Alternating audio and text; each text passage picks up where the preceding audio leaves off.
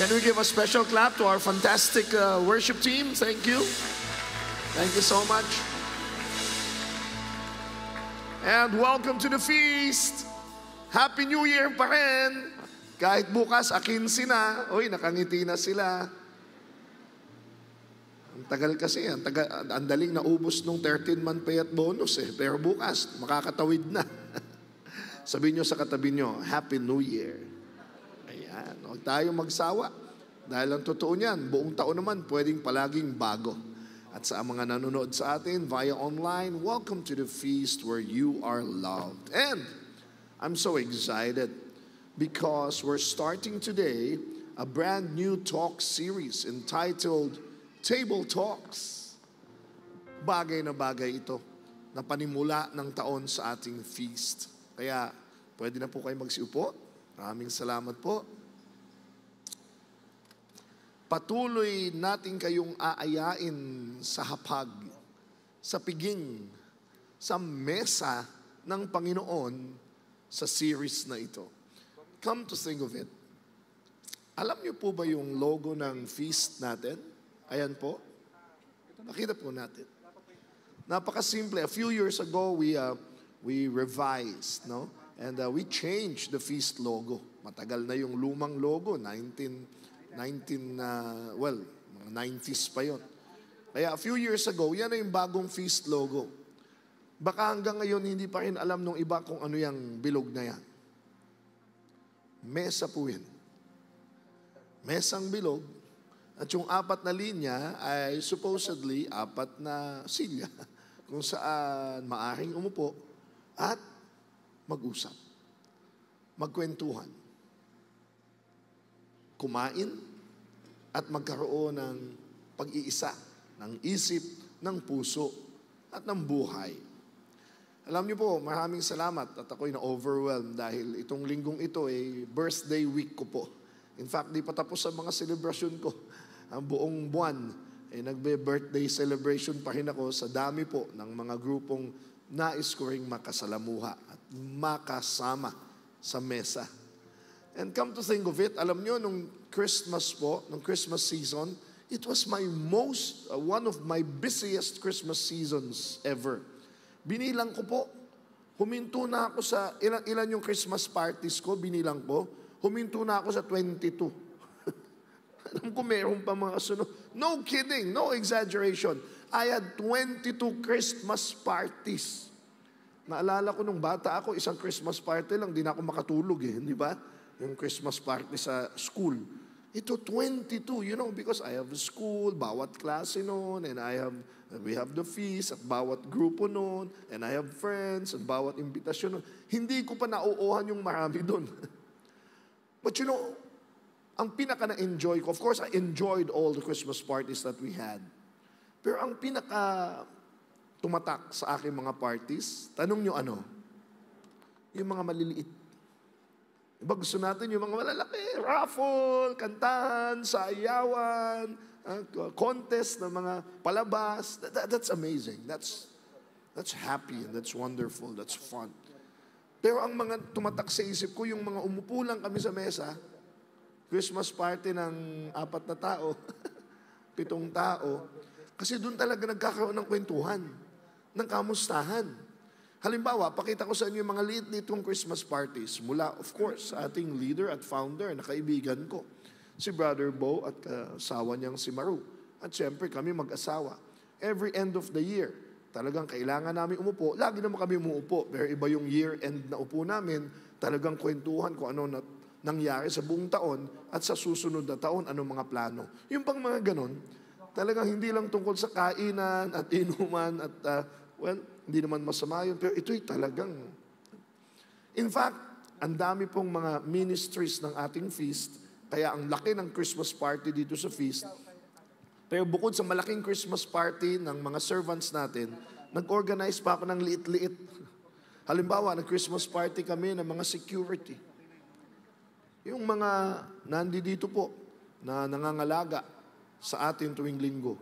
At again, sa malakihan, ang saya, contest. Pero dun sa uupo ka, madidinig mo sila. Kamusta ka na? Oh, so mag-a-abroad ka na pala. Oh, ikaw pala, yung anak mo, gagraduate na. Oh, ikaw pala yung nagkasakit. Doon mo talaga madidinig. Makakasalamuha. Yung ating Connect Care, mahalaga po yung minister na yan. Yung susunod, please, follow me. Yung susunod po natin, yan po ang mga leaders natin sa feast na nangangalaga ng mga formations, ng mga LSTs, kung kayo familiar dyan, mga JEs natin, mga formation ng mga, ang ating po mga servants ay hindi lang po basta naglilingkod dito tuwing linggo. Dumadaan po sila sa formation. Mga recollections, retreats, sila po nangangalaga. Buong taon busy. Ngayon ko lang sila nakaupo sa Christmas party na yan na maliit. At ang balak, magbibidyoke challenge kami. Hindi na natuloy yung videoke challenge namin. Bakit? Nakinig kami sa isa't isa. Ay sabi ko, sorry, magkakanta. Hindi, Brother Alvin, mas maganda itong nadinig mo kami isa-isa. Yung banda ko, yung Himaya, buong taon kami tumutugtog. Lagi kaming busy pag nagkikita. Ensayo tayo. Ano tutugtugin natin? O anong mga program natin? Kaya nung Pasko, walang ensayo, walang tugtugan, upo lang kami. Kamusta kayo? Tapos nag-exchange gift ng mga keso de bola. Tapos kikinig ka. Konti lang. May panahon sa bawat isa.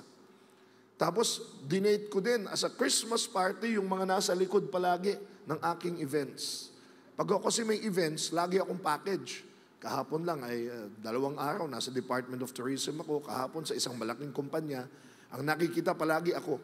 Hindi nila alam, kaya ako epektibo, mayroong nasa likod. Nag-aayos ng PowerPoint ko, nag-aayos ng sounds ko. Palagi tingin ko sa kanila, ano PowerPoint natin? Ano yung tunog? Pero kailangan umupo. At tanong sila, kamusta ka na? Kamusta na yung bahay mo? Nabayaran mo na ba? Yung hinuhulugan mo? Kayo mag-asawa, okay. Ayan ang mga feast parties ko. At syempre, ako'y binayaan din ng mga kaibigan sa gobyerno, sa politika. Inuupuan ko po lahat yan at malalaman nyo mamaya bakit. Ayan, halimbawa, ambassador po yan, congressman, pupunta ako sa Congress at paisa-isa, upuan. Kamusta? Mga industry leaders sa aming bayan sa Marilao, mga ex-mayor namin, upo at konti lang para nagkakarinigan. At nakwento ko sa inyo last Sunday, nagpasko kami sa Paris. Paris po, France. Baka kala nyo yung Paris, yung tapa. Tsaka, hindi, Paris. Dahil may feast tayo doon. At yung Pasko ko mismo, December 25, kaharap ng Eiffel Tower, ay kapasko ko, 3 tao. Yung tayo ng feast, of course, sama ko pamilya ko. Pero 3 lang sila. Sila yung nagtayo ng feast sa Paris. At ilan sila? 10. Ilan libo tayo dito ngayon, 1 plus 1. Sila doon, 10 lang. Saya nga nila, 7 lang sila. Nung dumating daw ako, naka-recruit ng 3. Oy, 10 na kami. Pero maniwala kayo doon sa maliliit na yon. Nagkakaroon ng tunay na piyesta ng Panginoon. Tapos ang bagong taon ko, bago magbagong taon, sa London kami, pero nandoon kasi yung ating feast London. Ang tagal na nila. Pero ang mga feast po natin sa abroad, marami na yung 20, 30. Ang hirap po kasi mag-feast sa abroad. Hindi mo magagawa ito. Kaya yung maka 20 o 30 ka, ang dami na nun. Pag may mga event, pag pumupunta kami, yan. Pero ayan sila. For so many years, ang saya nila, nandoon kaming pamilya. At sa hapag, kwentuhan, tawanan, makikinig. At January 1, nasa Basingstoke po ako, England pa rin yun, mga 1 hour from London. Ayan naman, yung pamilyang yan ang kasama ko, yan ang nagtayo at nagtatag at hanggang ngayon ng Feast Basingstoke na kwento ko ba sa inyo, kumanta sa coronation ni King Charles. Grabe, di ba? At kasama, dumating yung mga miyembro ng feast natin sa Basingstoke. At hindi ko pa makalimutan sa mga Christmas parties ko maliliit sa hapag, ay doon sa mga taong di ko naman close. Kasi tinalaga ko na sarili ko, dapat upuan ko hindi lang yung mga kilala ko. Dapat pati yung hindi masyadong kakilala. Halimbawa yan, hindi nyo sila kilala talaga. Kasi ako din, hindi ko din sila masyadong kilala. Pero mga student teachers po yan na nagturo sa school namin, yung bang OJT nila, ng ilang buwan, patapos na. Hindi ko man lang sila nakilala. Maglugaw tayo. Nako, hindi ko ba alam kung anong epekto ko? tinatanong ko pa lang na, kamusta kayo? Abay, nag-iyakan na. Natanong ko pa lang, kamusta? Diba? Kilala kasi nila ako, na preacher, gano'n. Abay, nagsipag-open na, nakinig ako sa kanila kahit di ko sila masyadong kilala. Pagkatapos nun, ang saya ko. Lalo na ito po. Ayan, ang isa yan sa pinaka-paborito kong naging party. Alam niyo sino yung mga nakaupo? Yung mga nakatayo sa likod, mga kasama kong ilang mga teachers. Bakasyon na yan pero nagpaiwan pa yung iba. Alam niyo sino yung mga nakaupo? Tanong niyo sino? Mga tricycle drivers po sa tabi namin. Kasi may nakabulong sa akin na mga service daw ng mga estudyante yan, magbabakasyon, walang kita. Sabi na, baka pwede mong maupuan sila, Brother Alvin. Kaya party kami, nag-contest kami, namigay kami ng mga bigas, ng mga para makatawid sila ng 2 linggo. Kilala ko ba sila? Hindi. Pero ang saya ko na nagkainan na kami. Sabi ko, ito ang feast. Lalo na itong 3 ito. Nakilala ko sila, pero isang kainan lang. Yan si James, si JP, tsaka si John Ray. JJJ. Nangangaroling kasi sa amin, kumakain ako, sabi ko, sige, kain tayo. Order kayo ng gusto nyo. Tapos sumupo ako, nakinig ako sa mga kwento nila. Mga batang nangangaroling, pero may mga pangarap sa buhay. Kaya pagkatapos namin kumain, pagkatapos ako makinig, ayan, sabi ko, sige, trabaho na kayo. Kanta na kayo, kanta. Kaso dahil binigay kong pauna, minadali yung kanta. Thank you. Ba thank you kaagad? Wala pa kayo kinakanta. Kanta man na kayo sa may bahay. Ano? And these are small gatherings na malalaman nyo mamaya of what the feast is really all about. Hey, this is the feast. The happiest place on earth where you are loved. But this is not where it started. Sigurado ko kaya kayo nandito, may maliit na gathering na inaya kayo. Doon nagsimula ang feast. Kaya ang first feast ko ng taon, pagdating ko galing abroad, agad-agad nung gabi, ang ka-feast ko sila. Alam niyo sino sila? Mga maintenance namin. Mga janitor namin.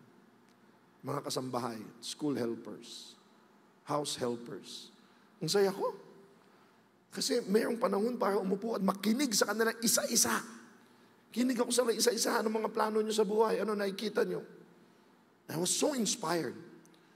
At after a few days, ang ka-feast ko talaga sa bilog na mesa ay yung mga leaders ko naman sa aming paaralan. Ay, whole day talaga kami.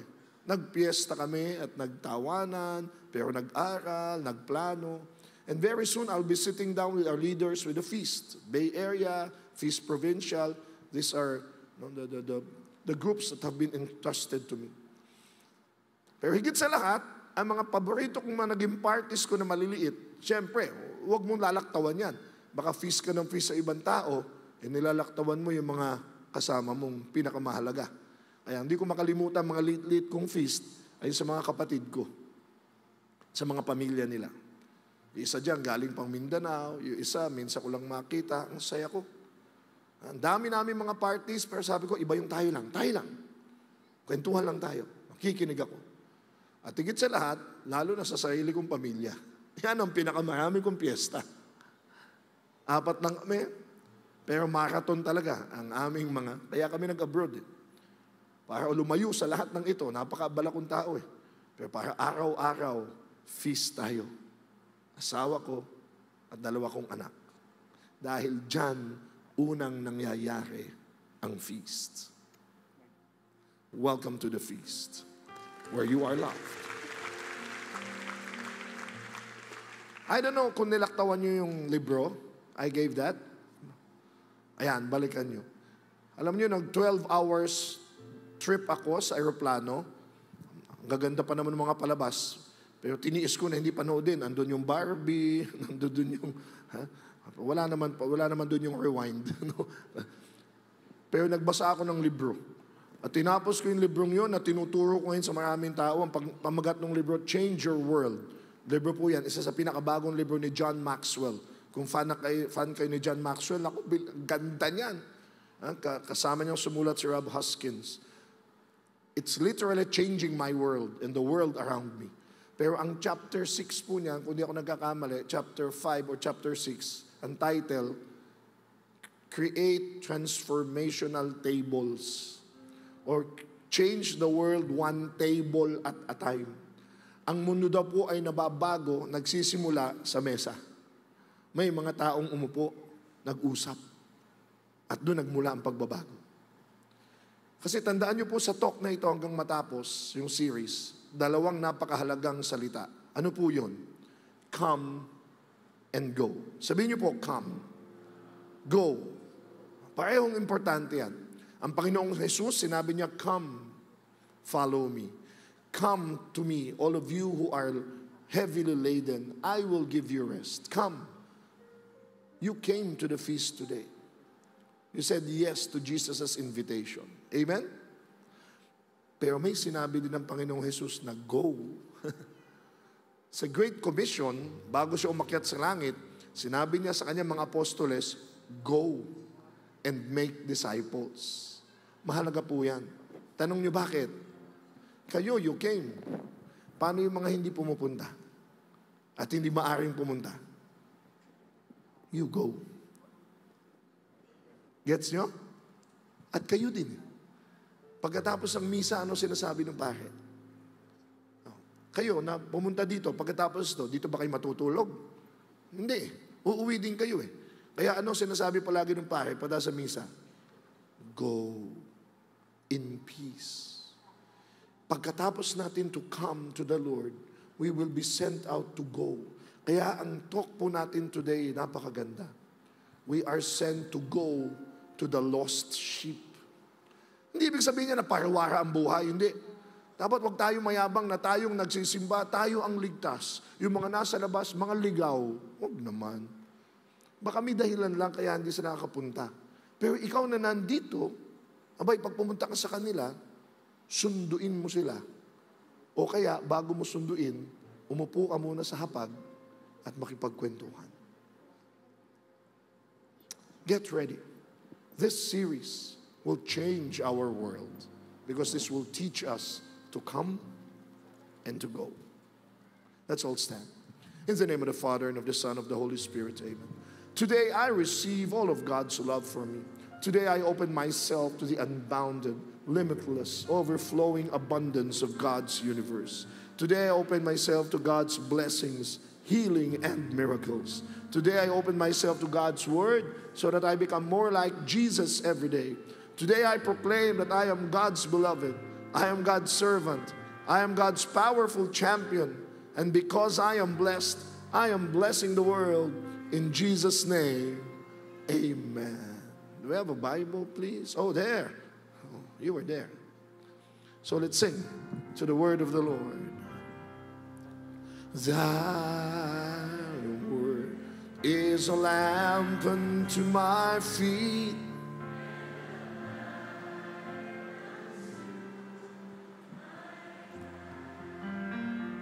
and again, brace yourselves. Alam niyo ba na paano kayo maging miyembro ng Light of Jesus family? Yan po yung pangalan ng ating community. At ito pong ginagawa natin ay The Feast. Paano kayo maging kasapi nito? Alam niyo ba kung paano? Tanong niyo, paano? Ngayon pa lang, umattend na kayo, kasapi na kayo. Wala po itong membership fee, wala po itong pagdadaanan, wala po itong pirma-pirma. Ngayon pa lang. Welcome to the feast where you are already a part of it. You are the Light of Jesus family. You are the feast. Ayun, pinagdadasal namin, sana balik-balik kayo, lalo ng mga first-timers, make this a Sunday habit. At yung iba sa inyo na matagal na, pumapasok na sa kusina ng feast. Gusto na maglingkod, gusto na mag-serve. Yung mga nagsaserve naman yan, dati nakaupo lang din yan eh. Ngayon, tumutugtog na. Ngayon, sumasalubong na. Pero kung kayo nandiyan din lang, patuloy-tuloy, okay lang. Kaya lang nandito na din lang kayo, kilalanin nyo na yung sinamahan ninyo. Yung pinasukan ninyo. Yan ang pag-uusapan natin sa Table Talks. What is the feast's identity? We are the Light of Jesus family. Kaya kilalanin nyo na, sino ba tayo? Ano ba ang ating vision? Ibig sabihin, anong gusto nating mangyari sa mundo? At paano natin ginagawa ito? Anong strategy natin? Kaya yung marami sa inyo na kilala na ang Light of Jesus family at the feast, okay lang na ulitin natin. Okay lang na paulit-ulit. Di ba lagi ko sinasabi, ang buhay paulit-ulit. Di ba? Lagi kong tinatanong, naligo ba kayo kanina? Naligo naman kayo. Kung hindi, lumipat, baka gustong lumipat nung katabi mo dyan. O kahapon, naligo kayo? Bukas, maliligo uli kayo? O tinan nyo, ulit-ulit. Ba't di na lang once a month kayo maligo, tipid pa? Tubig. O, hindi, kailangan ulit-ulitin. Kasi yung ligo mo kahapon, expired na yun eh. O, yung kain, di ba? Kumain ka ba ng tanghalian? Kumain ka ba ng almusal? Kumain ka ba ng hapunan? Tapos may 3 ka pang merienda in between? Tapos magtataka ka kung malaki ka? Pero kailangan kain tayo ng kain eh. Bakit? Nag-expire yung kinain natin. Ganun din sa kaalaman. Kailangan ulit-ulitin. Nalilimutan natin eh. O kaya, lalong tumitibay pag nadidinig natin. Kaya maraming madidinig nyo dito, baka nadinig nyo na. Pati yung mga kwento ko, okay lang. Una sa lahat, maraming first-timers. First time nilang mapapakinggan. Pangalawa, kung napakinggan mo na ito, tandaan nyo, repetition is the mother of all skill. So paulit-ulit mo na ma-master ang mga bagay-bagay. In fact, sabi ni Jeffrey Fox, siyang sumulat ng Marketing Rule of 7, this is interesting. People need to hear a message at least 7 times before taking action. Kailangan at least, kaya pala yung mga nanay natin ang kulit. Anak, nagsipilyo ka na. Anak, gising na. Anak, kain ka na. Anak, nagsipilyo ka na. Mama naman, paulit-ulit. Paulit-ulit to kasi hindi mo ginagawa eh. Para kakaulit-ulit. Sige na nga, babangon na nga, magsisipilyo na nga. Sabi nitong ekspertong ito, you need to hear it 7 times. Pero tungkol sa kalangitan, tungkol sa salita ng Diyos, hindi lang 7 times. Dapat 1,000,000 times. Nakasalalay dyan ang ating buhay hanggang sa kabila eh. Amen? Alam niyo bakit? Ito medyo nakakalungkot. Talagang pakunti na po ng pakunti ang pumupunta sa simbahan. Natutuwa tayo dito. At pinagdadasal natin, mapuno na ito bago mga lahati ang taon. At tingnan nyo, may 2 na dun sa taas. Hallelujah. Maraming salamat. Kamusta po dyan? Mas malamig po ba dyan? 3 na sila. O kita nyo? 4 pala. Sumilip yung isa. May baby pa. Dami natin, no? Pero ilan yung nasa labas? Wala pa tayong 1%. Wala pa tayong 0.1%. Ito ang nakakabahalang mga istatistiko o datos. Sa Spain po, kung saan nagmula ang Kristyanismo natin, 31% na lang nagsisimba. Sa Germany, 16% na lang. Noon yan ang mga bastion ng Catholicism, ng Christianity. Sa France, kung saan ako galing, 10%. Ang gaganda ng simbahan. Nandoon ang Notre Dame. Ang gaganda, ang lalaki. Mga baroque style, ang ganda. Kaya pang picture na lang sila. Picture lang. Dami mga tao doon, pero hindi pumapasok. Kung pumasok man, picture, selfie, tapos na. Hindi sisimba. Sa Australia, 9% na lang. Sa Pilipinas, hindi. Catholic Christian country tayo eh. Sa huling datos, 15% na lang po ang nagsisimba. Ngayon, si Brother Bo, tinignan niya. Kayo din, magtanong-tanong kayo. Baka naman di totoo yan, ayaw pumayag ng mga pare. Hindi puno lagi simbahan namin. Magsimba kayo sa mga parokya, puno. Talagang puno, lalo na pag Pasko. Pero isipin mo, ilang Katoliko yung mga nasa subdivision ninyo, nasa barangay ninyo. Halimbawa, sa isang Metro Manila Parish, tinawagan ito, 15,000 ang parokyano. 2,000 lang ang nagsisimba.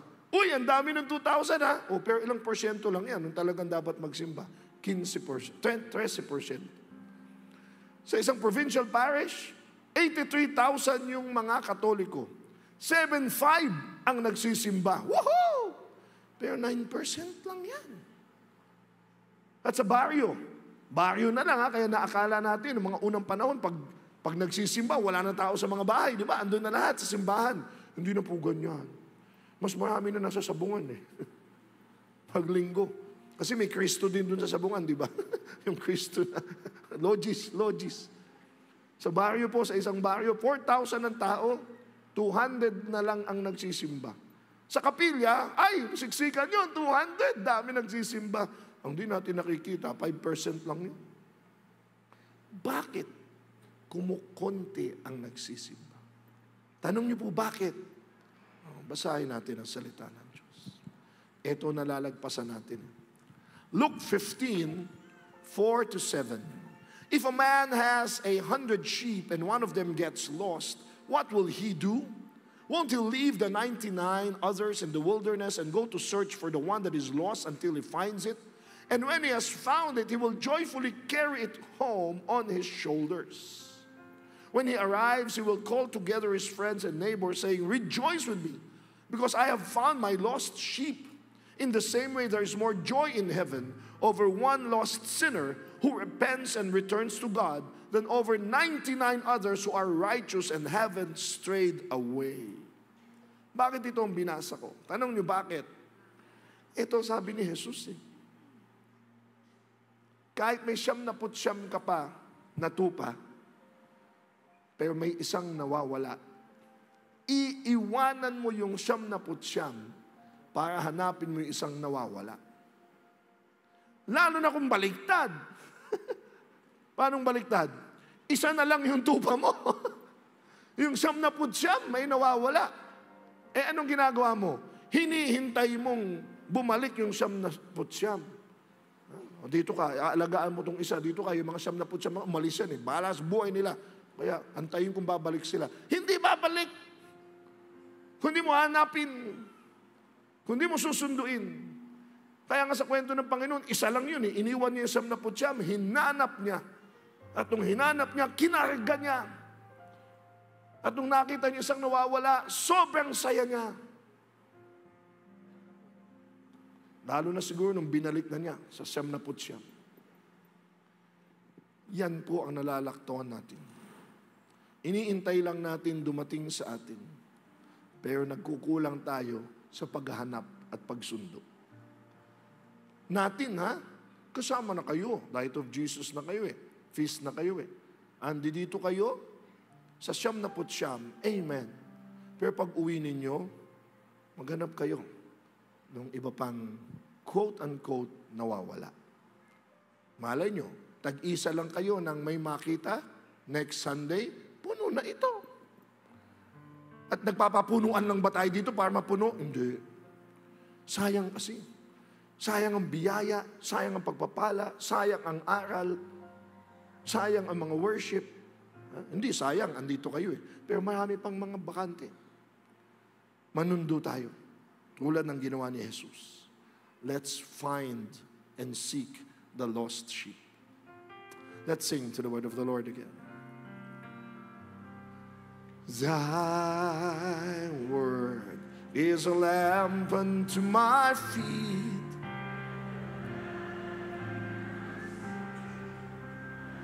thank you, Jesus. Thank you for your word. Let's clap our hands to the word of God. In the name of the Father, and of the Son, and of the Holy Spirit. Amen. You may now take your seats, please. God loves the lost. Sabihin niyong lahat yan, God loves the lost. Mahal tayo ng Diyos. Dito tayo eh. Pero maniwala kahit sa hindi, mahilig maghanap ang Diyos. Ang daming ang mga parables of the lost eh. Isa yung lost sheep, nawawalan tupa. Lost coin, hinanap niya. Lost son, nako, yan ang pinaka queen or king, pearl of all parables, yung prodigal son. Hinahanap talaga. Hinihintay na bumalik. Kaya kung gusto po nating muling maging masigla ang ating mga simbahan, ang ating mga piging, as Catholics, we must deliberately look for the lost. Kailangan talaga nating ayain, hanapin. Pero ang tanong, paano? Paano natin sila maaaya? So pag uwi ba ni nanay, yung mga anak din nagsimba, kayo hindi kayo nagsimba, sabi ni Brother Alvin, nawawala kayo. Pupunta kayo sa impyerno. Kaya next Sunday, pag di kayo nagsipag-gising, congratulations, lalo po yan di pupunta. Noon umuubra yan, ngayon hindi. Paano? Pupunta ka sa opisina at sasabihin mong, mga hindi kayo ligtas. Hindi kayo nagsipag-feast. Mabuti pa ako. Nako, patay tayo dyan. Ito ang strategy ng feast. Kaya tayo, well, by God's grace, lumalaki, dumadami. Next week po, nasa Davao po ako, feast conference natin sa Davao. 4,000, inaasahan natin yung tao doon. After a week, may feast conference tayo sa Baguio. At sabi ko nga sa inyo, galing ko Europa, may mga feast tayo, kahit lit-lit yun, pero kumakalat. Pero bakit tayo kumakalat? Ito po kasi, 99% of church activities, ang bokabularyo natin, ang kanta ng simbahan, ang sermon, para sa mga relihiyosong tao. Walang masama niyan. Ang kanta natin, pang simbahan, kanta ng mga... paano kung hindi religious yung tao? Kaya sinasabi, pag nanunundo ka, ayoko dyan, baka masunog ako, hindi ba? Ang ibig lang sabihin niyan, hindi, asiwa pa siya. Hindi pa siya. Paano kung ang lengguwahe niya, ang mundo niya ay sports? Paano ang lengguwahe niya ay negosyo? Paano ang lengguwahe niya ay paglilingkod sa gobyerno? Paano kung siya ay ahente? Are you getting me? Ito ginawa ni Jesus eh. Ginawa ni San Pablo. Sinundo sila, pumunta sa mundo nila, pinasok muna yung mundo nila. Kung sports ang mundo mo, pasukin ko yan. Yan ang kwentuhan mo. Kasi kung hilig niyan sports, hilig niyan negosyo, tapos pag upo mo, ayon sa banal na kasulatan, Kapitulo 2, Kapitulo 1. Kaya kwenta ako dito. Papasukin mo muna yun. Kaya ako po, nung bago ako sa charismatic, ang dami na iskandalo sa akin eh. Una sa lahat, long hair ako.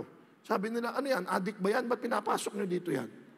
Pangalawa, ang bit-bit ko, mga banda ko, na ang kinakanta namin, sekular. Kumakanta kaming Bamboo, kumakanta kaming Beatles, kumakanta kaming... Pero pinipili ko naman. Yung may kinalaman. You know how I do it. Yung kayo matatagal na dito. Ang mga kanta ko, pero sekular. Bakit sekular? That's deliberate. Para yung yun ang lingwahe niya, makakakonect siya. Halimbawa, punta ako sa preso. Punta ako sa preso, madalas ako noon sa preso, sa maximum security. Nung pumunta ako doon, kausap ko, "Pahay, ba't ka nandito?" Sabi sa akin, 7 na napatay ko eh. "Ikaw, ba't ka nandito?" "Hindi, nadaan lang ako, pauwi na nga ako. Baka maging pang-8 ako eh." Pupunta ka doon, mga preso yun, mga tigaso yun, pagdating mo doon, nagkasala kayo, magsisi kayo. Baka sinaksak ako bigla ng mga yun. Go slow. Pasukin mo mundo nila. Kaya ako, rakista, pagdating ko, sino yan, ha? Pagdating nila, mukhang preso din ito. Sige, pakinggan natin ito. Kaya ang kanta ko muna, makikipag-rakrakan ako sa kanila ba? Okay to, addict to, ha? Okay, pagkatapos yung kumanta ng mga kung ano-ano, mga Juan de la Cruz, o kahit pang ano yan, o yung mga Bamboo, pagkanta nila, unti-untiin ko na. Okay na kayo, okay kami, bakit okay ka? O di kakanta ko ng mga, isip mo'y litong-lito sa mga panahong sekular yun eh, pero nag-iisip-isip na sila. O nga, hanggang sa kakanta na ako ng anak, nung isilang nga sa mundong ito, may pagsisisi na yun. May iyak na yun. Okay to ah. Pag nakuha ko na, hawak-hawak na tayo ng kamay. Kanta tayo, Ama Namin. Kuha na sila. Ama namin, sumadala. Sinundo ko muna sa mundo nila eh. Are you getting me? Huwag bibiglain. Kaya pagkausap ko politiko, usapang politiko muna. Pagkausap ko sports, usapan mo ng LeBron James, usapan mo Stephen Curry. Pag yan mahilig sa pelikula, usapan mo ng Rewind, usapan mo ng Gumborsa, usapan mo ng Firefly. Kakatagpuin mo. Paano? Upo muna kayo sa mesa. Tabla-tabla. You go to the lost sheep, speaking their language, entering their world. Because the lost sheep are messy. Ayaw natin yan. Marami akong mga kilala. Nung nakilala ko si Lord, ayoko na makasama yung mga palamuran na yan. Ayoko nang kasama yung mga umiinom. Ayoko nang kasama yung mga... yan nga yung hinahanap ni Lord eh. Diba, nung nandito nga si Lord, diba, nakikain pa nga siya sa mga tax collector, sinabihan nga, bakit yan ang mga sinundo nila, iniiwasan mo? Bakit? Kasi ang linis mo na.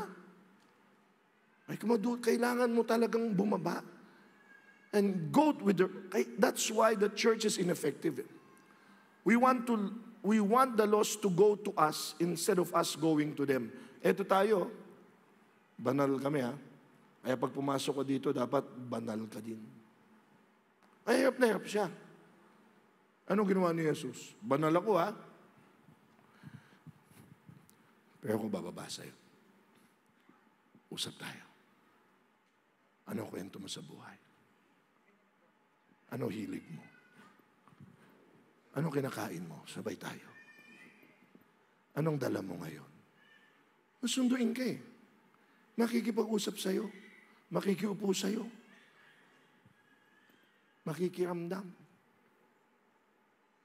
At pagkatapos yung maging isa, magkaintindihan, tsaka niya sasabihin, sama ka? O yun. Dali mo na ngayon sinama. Pumasok ka muna sa mundo niya bago mo pinilit ka agad sa mundo mo. Amen? Yan po ang feast. Yan po ang Light of Jesus family. Yan tayong lahat tulad ng ginawa ni Jesus. Kasi marami sa inyo dito, kaya siguro nandito nakapanood sa social media, napanood sa live stream mo, napanood ng mga... Pero marami din sa inyo dito, malamang naaya ng kaibigan sa isang kainan, sa isang merienda, o ng pamilya. Kilala niyo si Brother Nelson, si Brother Christian. Pag tinatawag ko yan, wala pang ginagawa, tumatawa na kayo. Kasi alam niyo, may iskit. Pero ngayon po, iba ang gagawin ko sa kanila. Alam niyo kung bakit sila napunta dito sa feast?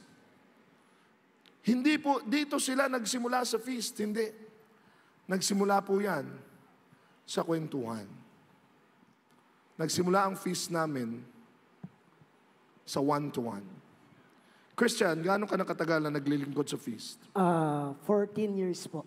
40? 14. 14. Akala ko 14 years. Brother Nelson, gaano ka nakatagal? Halos 14 years na rin. 14, halos sabay kayo. Yes, 14 years. Pero paano kayo napunta sa feast? Kayo ba'y dumiretso sa PICC o sa Feast Marilao noon? Paano? Christian? Ay, bago po yan. Hindi po ako dumiretso. Nag-perform po ako sa Baywalk. Performer ka sa Baywalk. Yes po. Okay. Maganda naman, di ba? Yes. Marangal. May kita, may ano. Kita. Then one time, Alam ko, patambling-tambling ka nun. Galing po tumambling dito nun eh. Kasi dating, ano to eh, dating sa GMA 7, stuntman ka, di ba? Doon ka sa mga, ano ba yung mga... Saido, Acero, Saido. yan. Yung mga ganon. Yan. Ikaw yung pag may sumasabog, ikaw yung Yun. tatalon. Mga ganon. Yung pinapasabog. Hindi natin papasample. Wala. So, ikaw, performer ka, professional dancer ka. Ayan.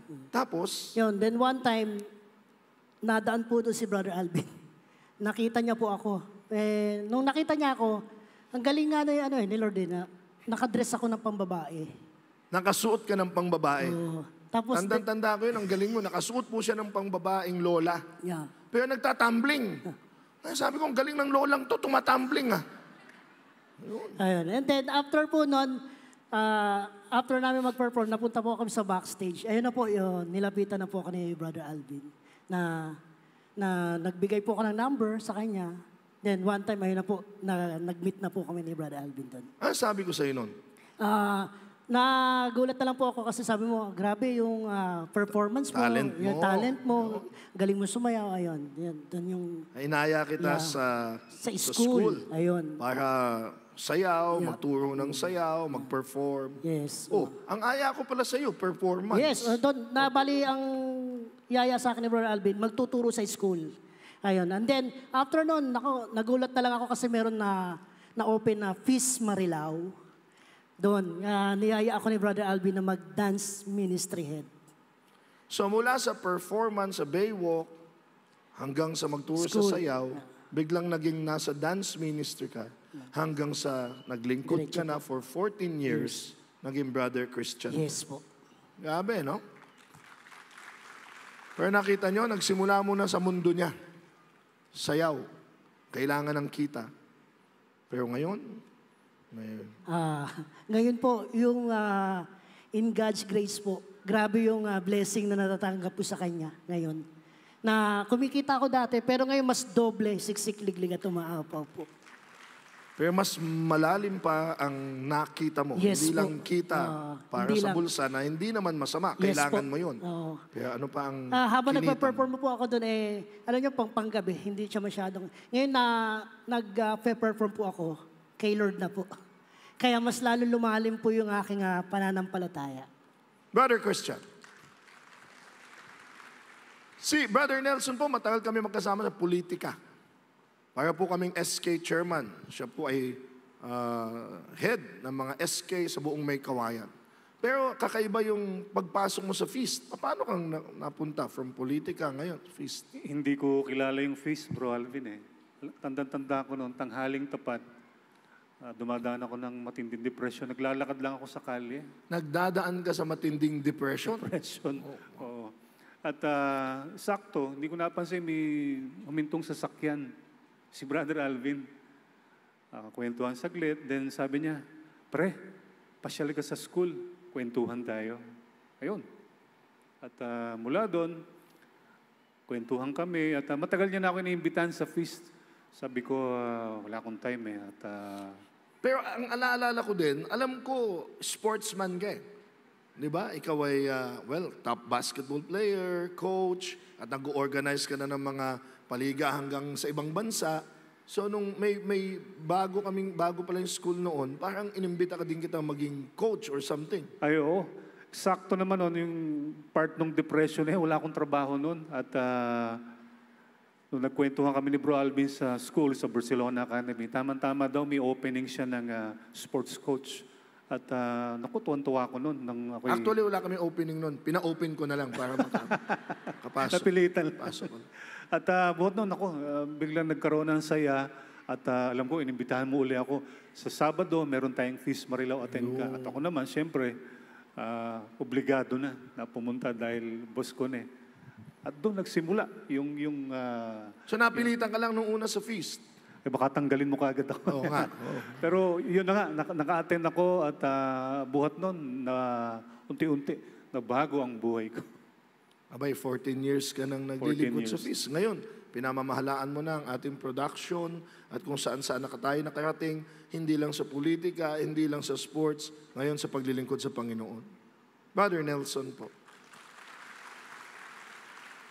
But did you see how the Lord works? It's not me. Hindi ko nga alam na di-depression. Hindi ko nga alam na si Christian yun. Akala ko lolang nagtatumbling. But the Lord allowed me to enter the world first. Marunong magsayaw eh. Gamitin mo. Magaling sa sports, gamitin mo. At unti-unti, pamamaraan ni Lord, nagamit nila, nakapasok sila. Nagsimula ang feast sa labas, nagpatuloy dito, at ang buong buhay nyo ay isa ng feast with the Lord. Tuwing Miyerkules, mapapanood kayo sa M3SY special at ang dami niyong na-inspire, daming natutulungan. Brother Nelson, Brother Christian, sa hapag ng Panginoon, nagsisimula. Thank you. Sabihin nga natin yon, magkita-kita tayo muli kung saan mayroong magandang mangyayari sa iyo. At mayroon nga magandang nangyari sa ating mga kaibigan at kapatid. Kayo kapatid, anong kwento nyo sa hapag ng Panginoon? Ano ang inyong feast story? Patuloy tayong matuto kung paano ginagawa ito ng ating community, the Light of Jesus family. From Brother Tony Valenzuela.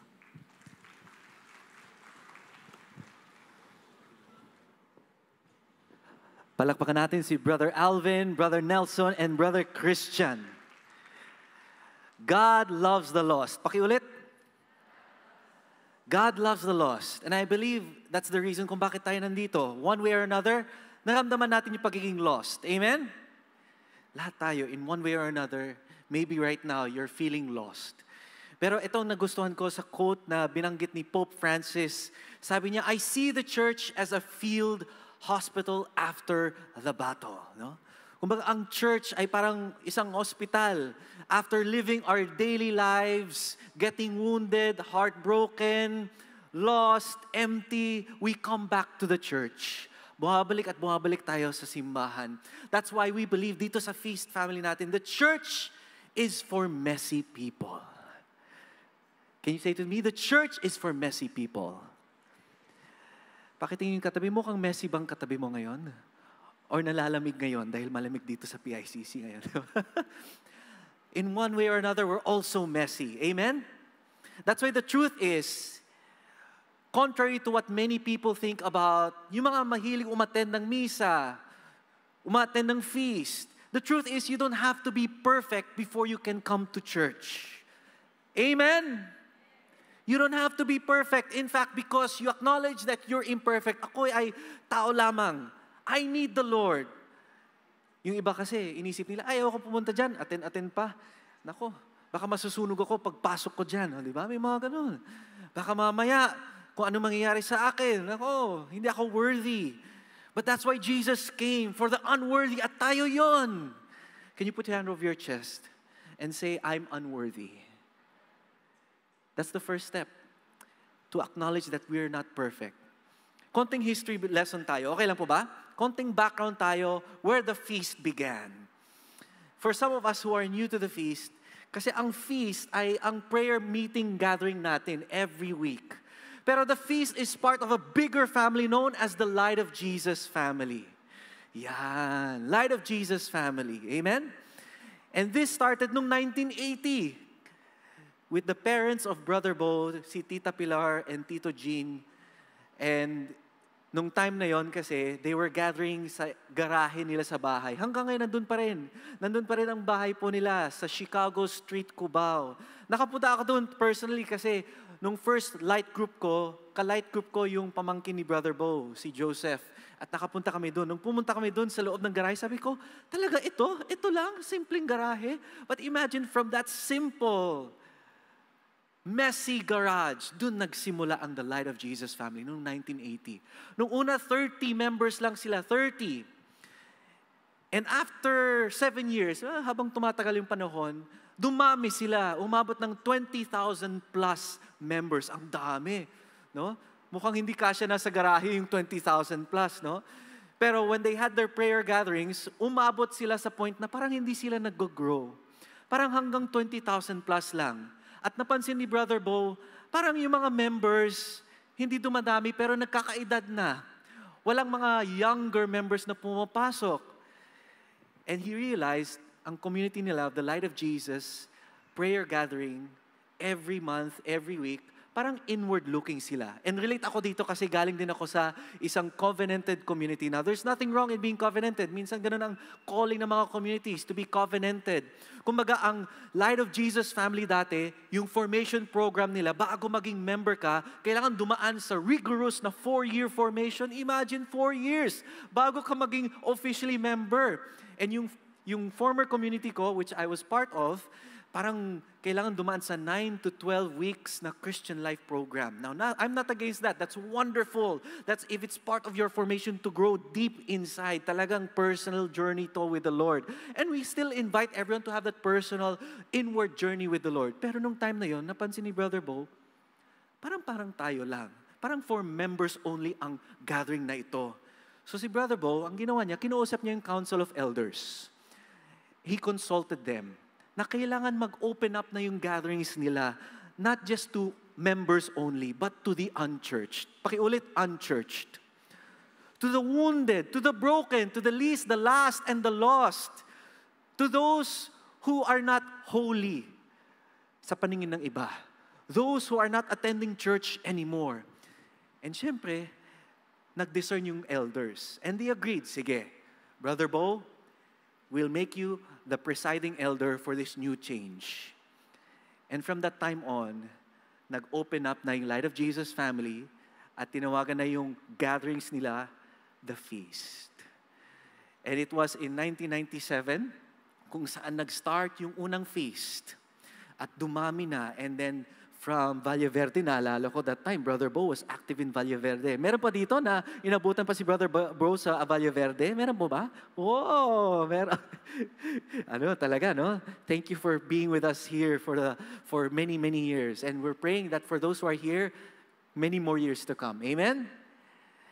And alam nyo, when the feast opened up to the unchurched, to others, doing away with many rigorous formation programs, biglang dumami na to the thousands. In fact, hindi lang dito sa Pilipinas, pero sa ibang bansa pa. If you go to the other countries, internationally, marami tayong feast din doon. Hundreds, welcoming thousands more closer to God and back home into His arms. Amen?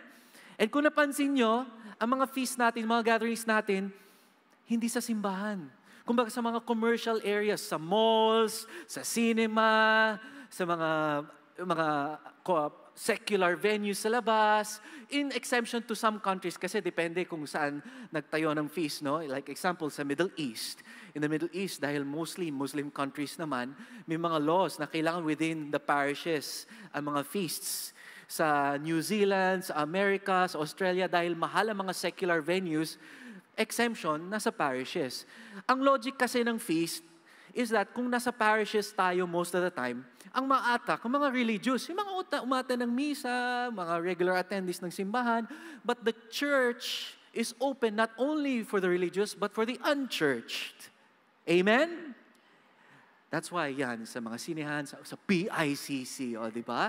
Kung saan very, very comfortable, napakalamig, di ba? Do you feel happy here, attending the feast at PICC? Amen? That's why yung experience natin na gano'n, i-share din natin sa iba. Because it's not just enough na umattend lang tayo. And not only do we have our feasts by the hundreds and thousands in attendance around the world, nasimulan din ni Brother Bo, ang mga feast mercy ministries natin at ang dami. We reach out to the elderly, the abandoned elderly sa Anawim. We reach out to the abused children of Jeremiah. We reach out to the pregnant girls, no? Mga minor age and yet they're pregnant, mga grace to be born, di ba? We also have our tahanan pagmamahal. We also have He-Cares, ang dami. And you can support these many ministries in so many ways. Help the feast grow God's mission here on earth. Kasi nung time na yon, before Brother Bo decided to open the feast, ang nangyari, while they were looking inside, aminin namin ito, and ako, I've also experienced this dahil galing ako ng seminary, ang hirap pag magkaroon ng spiritual pride. Pakiulit, spiritual pride. Nagkaroon ng pride sa sarili na, ay, kami ito, sila yan. We can go closer to God. We can read the Bible, pray every day. At nangyari yan po sa akin. When I was in the seminary, dahil nag-aaral kami ng philosophy, theology, nagkaroon ako ng spiritual pride din. Pero even if I felt I was in the seminary, I was still empty. Ask me why. It was not enough that I was just inward looking. Kailangan mag-reach out ako to the lost sheep. So pakisabi sa katabi, reach out to the lost sheep. Pero yung iba dito, Brother Tony, parang ako yata yung lost sheep. And that's why you're here. Pero habang tumatagal, you're being fed by God's love, by His Word. Amen? It's now our turn to reach out to those who are lost in the world today. Palakpan natin ng Diyos. God is good. Sabi nga sa Matthew 28:9, go therefore and make disciples of all the nations. All nations. Hindi lang Pilipinas. Siguro may purpose kung bakit marami tayong mga OFWs, no? Marami tayong mga Pilipino sa buong mundo. It's not just para tumaas ang ekonomiya natin, but maybe to also spread God's love and His Word. Amen? Diba? That's why our ultimate mission, not just as a church, but as a feast, is to go out of the church building. Pagkatapos dito, paglabas, is to love the people of the world. Love the people of the world and give them the experience of God's love and invite them to follow Jesus. Pakitingin ulit yung katabi. Look around. Look around. As you can see the people around you, may mga empty seats ulit. I think the Lord is telling us, this is not enough. Pakihawak yung kamay ng katabi and tell that person, this is not enough. Because wait, there's more. You're meant to do more for the Lord. Mag-invite po tayo.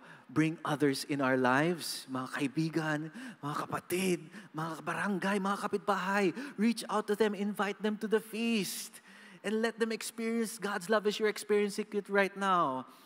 Naramdaman niyo po ba yung love ni Lord dito? Diba? So why not also share it to others outside? Wag lang every Sunday. Question, sino dito may mga smartwatches? Sino dito ngayon may mga smartwatch? Okay. Kung meron kayo, pakibigay sa ating servant sa likod. Di joke lang. Di uso ngayon ang mga smartwatches. Diba? Ako mahilig ako sa analog eh. Hindi ako sanay sa digital. Pero di ba pag may mga smartwatches tayo, ang dami mga features. kayang i-count yung heartbeat, yung steps, yung iba, may mga detection kung may sakit ka na, di ba? Kung ilang oras ang tulog mo, kung kailan ka nag-REM sleep. Ang dami. Pero imagine, just imagine, baka a few years from now, ang dami mga features ang mga smartwatches natin to the point, example lang po ito, na nakalimutan ng brand na gumawa ng watch. What do I mean? Na hindi nagsasabi ng oras. Matatawag mo ba yun watch? Ang daming features na yung smartwatch mo, pero yan ang kulang, hindi nagsasabi ng oras. Are you getting what I'm saying? Ang ibig kong sabihin, we're a church, we gather, we meet, we put up churches, at napakaganda mga simbahan natin, true. We have the feast, we have the PICC, but we fail to do what God calls us to do. We fail to do what Jesus has been doing ever since, is reaching out to the lost sheep. Hi. Hello. Ito, the church does many things. But when do we go out to the unchurched to befriend them around the table of friendship? Ginagawa ba natin yun? To people that we don't meet all the time. Baka yung kamag-anak na matagal kayong may differences. Yung kapatid mo na tagal di kayo nag-uusap. Mga magulang, hindi nyo pinupuntahan masyado. Baka kailangan balikan natin sila. Visit them, be with them, bring Jesus to them. And don't have that fear, don't give in to that fear na ginajudge ka nila. That always happens. Nangyayari talaga. Ay, ito, pa-feast-feast, kilala ko yan dati. Nangyari po yan sa inyo? Diba? Dati, ano yan, mahilig pumunta ng club. Ano yan, lasinggero yan dati. Oh, yun. Feast? Na-experience niyo po ba yun? Ako, mas lalo sa family. No? But the feast is for outsiders, not unchurched, not insiders. I'm sorry to burst the bubble sa mga servants po nandito. Pero the feast is not primarily designed for our members. Yes, we invite you to serve with us. Pero mapapansin niyo po, when you're serving with us for the longest time, ma-realize niyo din is that it's not enough to just serve the Lord, but to serve the Lord outside as well. Amen? Palakpakan natin ng Diyos. Amen? And now here's my question, my closing question. Like Jesus did, do we actually reach out to those who are labeled and rejected as the last, the least, and the lost?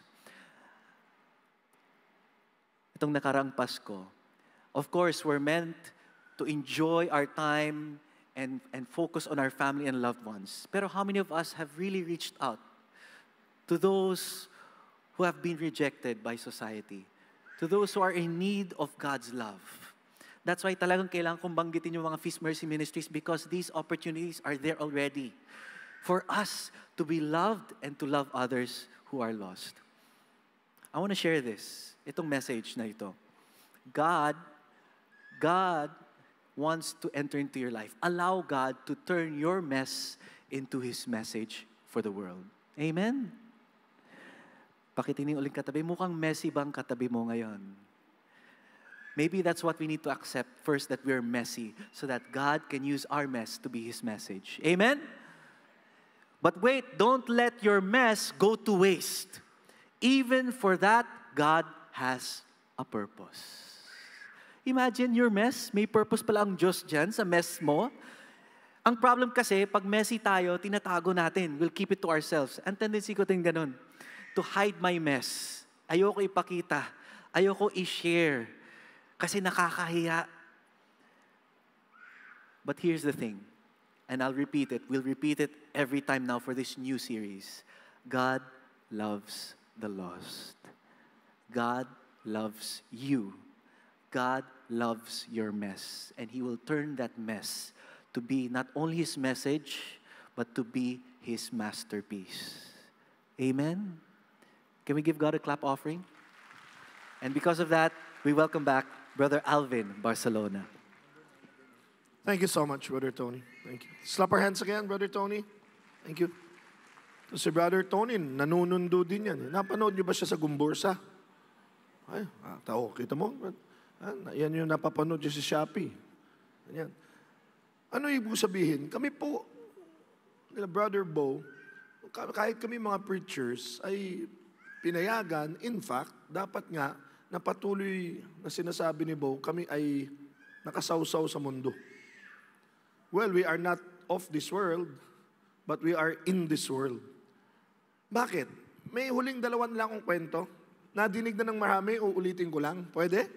Pwede? Sabi nga natin, repetition. Pasintabi po sa iba't ibang mga pananampalataya, kwento-kwento lang po ito. Ang kwento-kwento lang. Minsan daw kasi may nahulog na mama sa isang butas. Doon niyo itong kwento ko.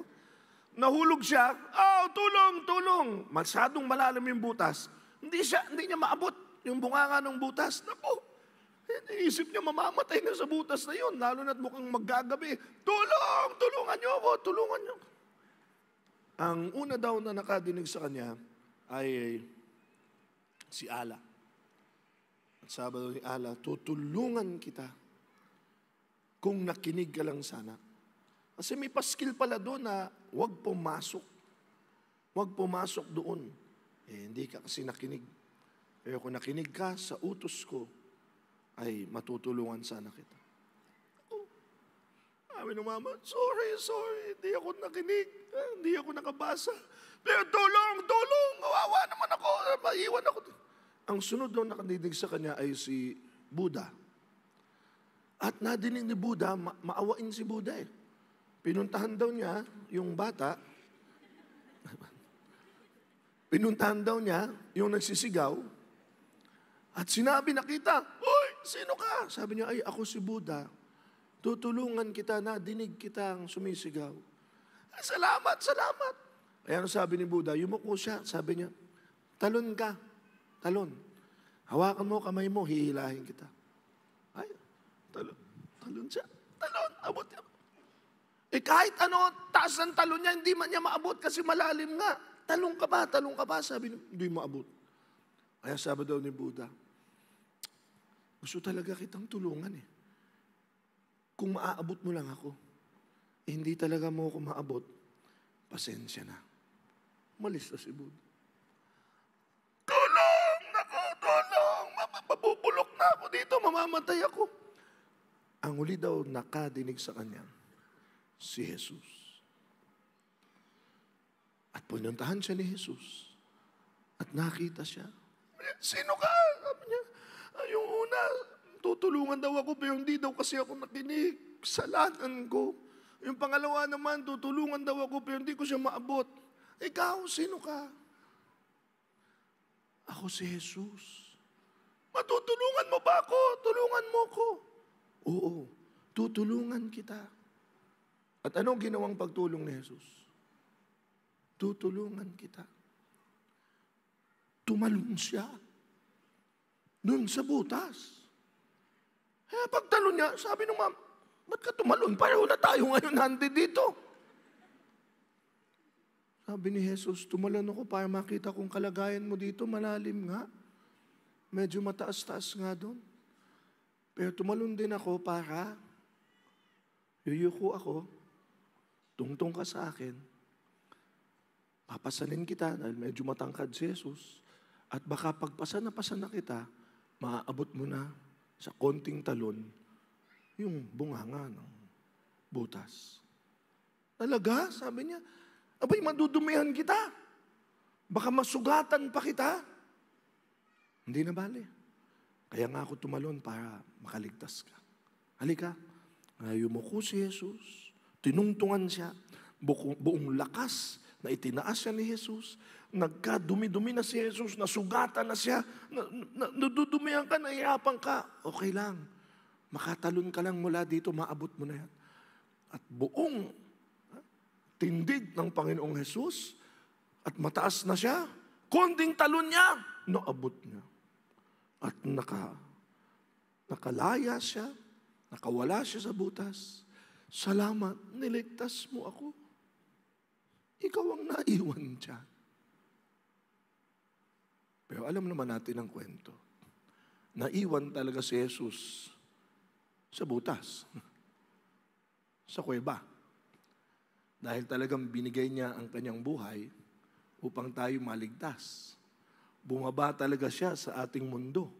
mula sa taas para malaman ng ating kinalalagyan at pumayag pa na siya'y madumihan at masugatan. Naiwan siya. Pero alam naman natin yung kwento. After 3 days, siya ay muling nabuhay at lalong naitanghal ang muling pagkabuhay, hindi lang niya, kundi nating lahat. Dahil sinundo niya tayo. Amen? Kaya po yun ang feast. Malamig dito sa PICC, salamat sa Diyos, bumalik na tayo. Pero hindi po talaga ito ang feast. Ang feast ay nasa labas. Manundo po tayo. Pasukin natin ang kanilang mga mundo. Kaya po ang feast, hanggat maaari, nabanggit ni Brother Tony, hindi masyadong mga nasa simbahan. May mga mangilan-ngilan na nasa simbahan for practical reasons, tulad sa abroad. Pero kasi yung mga, sinong pupunta sa simbahan? Yung mga talaga nagsisimba na. Pero marami po sa ating mga feast nasa mall, nasa mga centers. Bakit? Mukhang neutral place. Nasa mga bahay-bahay. Nanunundo tayo. We meet people where they are. Bakit? Muli, mula sa pakapanganakan ni Jesus hanggang sa kanyang pagkamatay, siya ang bumaba. Hindi niya tayo pinilit umakyat. Di natin kaya. Kaya siya ang bumaba. Pero bakit? Kasi sinundo niya tayo. Hinanap niya tayo. Mahal niya tayo. Ang sekreto, magpahanap tayo. Pag kayo nanundo, sana yung mga susunduin nyo, magpasundo nga. Yung huli ko pong kwento, tayo po tayong lahat. Lumang kwento na rin ito, pero paulit-ulit lang. Kasi kami ni Bo, may kaibigan, ang pangalan niya si Pio. Si Pio Espanyol, isa sa mga leader ng feast yan, may kaibigan din. Pinatuloy niya sa bahay niya, Amerikano. Pangalan si Daug. Pinatulog niya sa kanyang kwarto. Tapos paggising ni Daug, lumabas siya, si Pio, alam niyo naman tayo, very good host, nilinis yung kwarto ni Daug. Aba nung nililinis yung kwarto ni Daug, nakita niya sa basurahan yung relo. Yung relo ni Daug nasa basurahan. Kaya sabi ni Pio, relo to ni Daug ah. Bakit hinahanap, Daug, nakita niya nasa labas ng bahay. Daug, your watch, you dropped it. It's in the waste can. It's in the trash can. Here it is. Nangiti si Daug. Sabi ni Daug, no, I didn't drop that, Pio. I threw it away. Tinapon.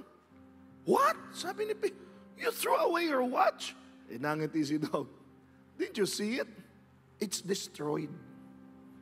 Hindi na pala gumagana. What? Iniisip ni Pio, di ipagawa tayo pang Pinoy, di ba? Madiscard ita. Sabihin sana ni Pio, why don't you have it repaired? Sumagot ka agad si Daug. Pio, if you're so interested with that watch, it's yours. Pinoy pa, kahit na hindi ba gumagana. Really? You're giving me this watch? Sabi ni Daug, it's destroyed anyway. It's yours. Wow, thank you, Daug. Sira. Pumunta sa likod si Pio, preacher nga charismatic pa. Alam niyo ginawa sa relo? Pray over niya, in Jesus' name, sana umanda. Minisikan niya holy water. At binagdasal niya.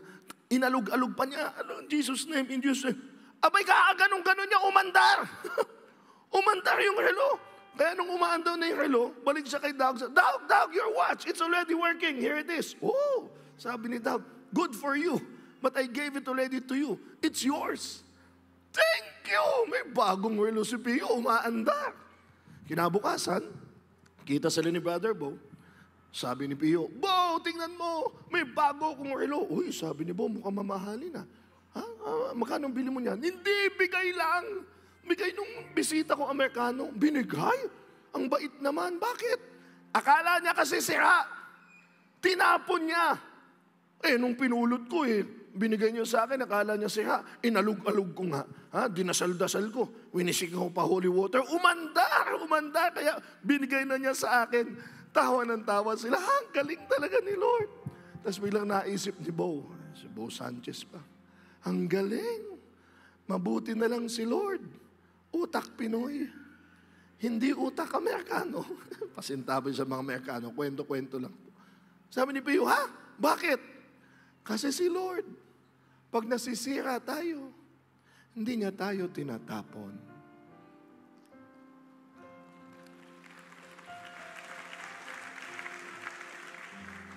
At kung itapon man tayo ng mundo, ng mga kaibigan, minsan ng pamilya, o tinapon na natin ang ating sarili dahil sira na tayo, ang Diyos, hahanapin tayo.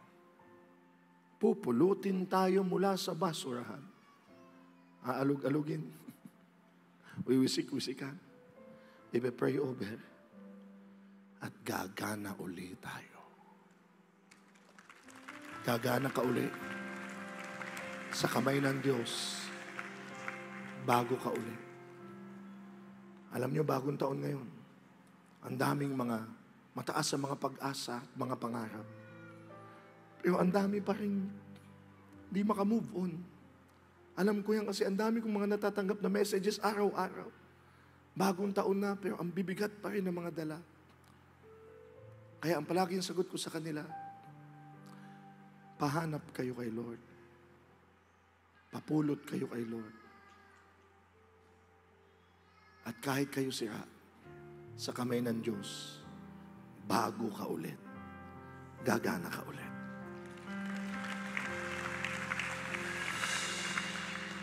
Once again, welcome to the feast. This is just the first talk in this series. At sa patuloy nating series, lalo nating maramdaman, patuloy tayong hinahanap ni Lord. Pupulutin niya tayo. At kayo, gagamitin ni Lord para maghanap din at mamulot. At maniwalang gagana muli ang lahat. In Jesus' name, amen. In the name of the Father, and of the Son, of the Holy Spirit, amen. Come, let's worship the Lord, our God, who seeks for the lost and bring them home to the feast.